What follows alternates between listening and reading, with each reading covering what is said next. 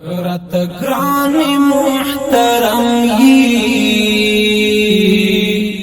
زړت تیر متر هر چای زړت تیر متر تقریبا په دغه محله کې زموږ اوس 15 محلي شوراګانې دي. د دې 15 ګذر 15 محلي شوراګانې دي چې موږ اوس ټول ترتیب او ټول تضمین ورته نیولی وو.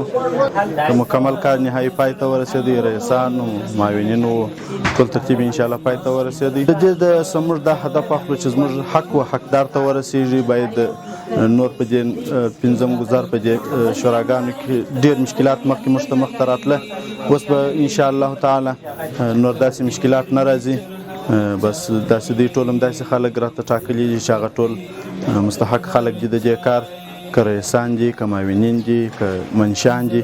نو انشاءالله الله ته امید لرو چې نور به زموږ کار ټول منظم او په سي ډول سره انشاءالله مخته روان شي. ته خو زما د زړه باچایي، ته خو زما. د دې شوراګانو د جوړولو څخه د ښاروالۍ اساسي موخې دا دي چې په کل کې د ولس او دولت ترمنځ ارتباطي پل او مشکلاتو ته په اساسي ډول رسیدګي.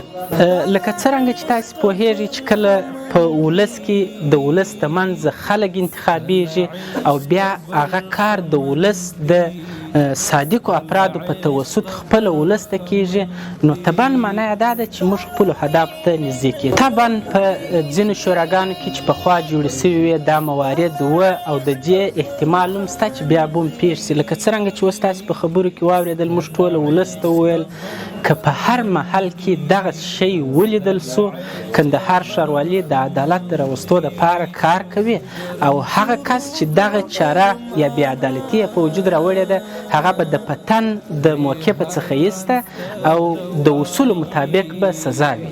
ته هر رنځ ته دوایي، هر مشر په حق او حقدار ته وسپاري. اوس داسې خلک هم شته چې حق حقدار ته نه سپارل کېږي، د قرابت پر اصلاح باندې ځي.